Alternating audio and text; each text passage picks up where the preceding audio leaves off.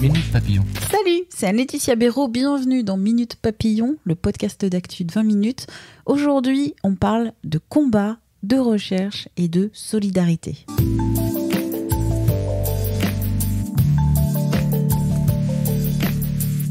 Imaginez un scientifique, chercheur, chasseur de maladies rares, mais aussi un militant aux côtés des malades. Vous secouez le tout et on se retrouve avec mon invité du jour, Serge Brown. Il est directeur scientifique de l'Association française de myopathie AFM Téléthon.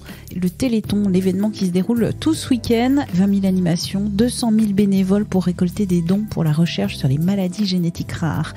Qui est Serge Brown ? Qu'est-ce qui l'a poussé vers la recherche scientifique ? Pourquoi avoir choisi cette association ? Allez, ma première question à Serge Brown, c'est comment tout a commencé ? Quand j'étais tout petit, je voulais réparer les dents de mon grand-père. Ça a commencé comme ça.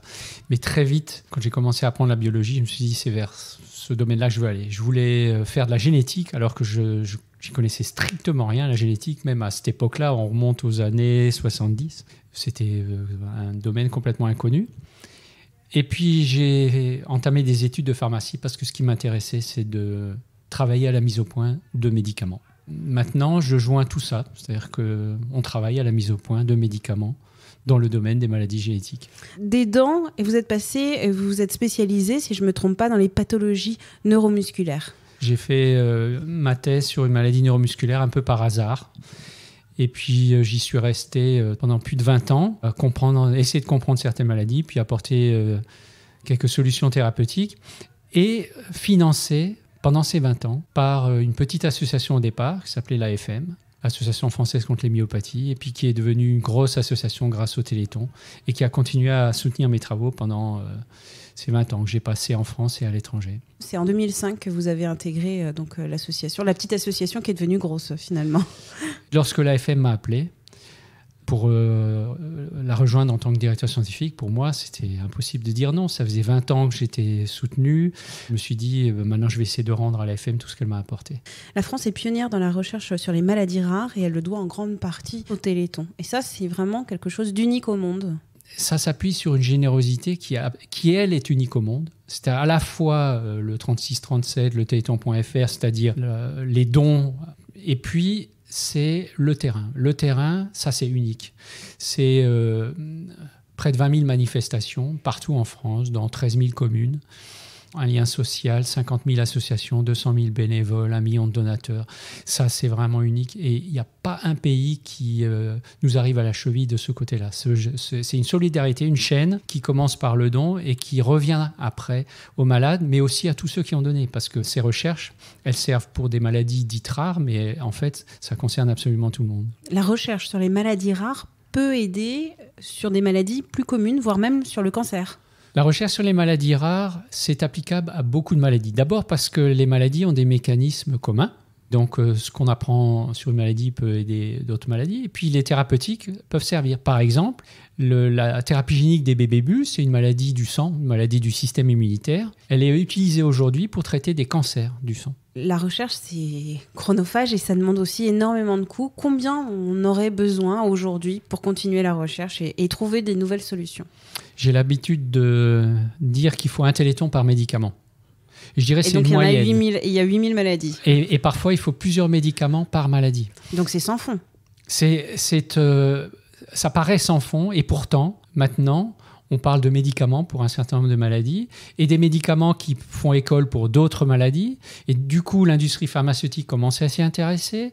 Et donc, finalement, il y a un effet un peu démultiplicateur. Mais effectivement, il faut continuer à soutenir le Téléthon parce qu'il y a encore des milliers et des milliers de maladies orphelines à la fois de recherche, orphelines de connaissances et orphelines de traitement.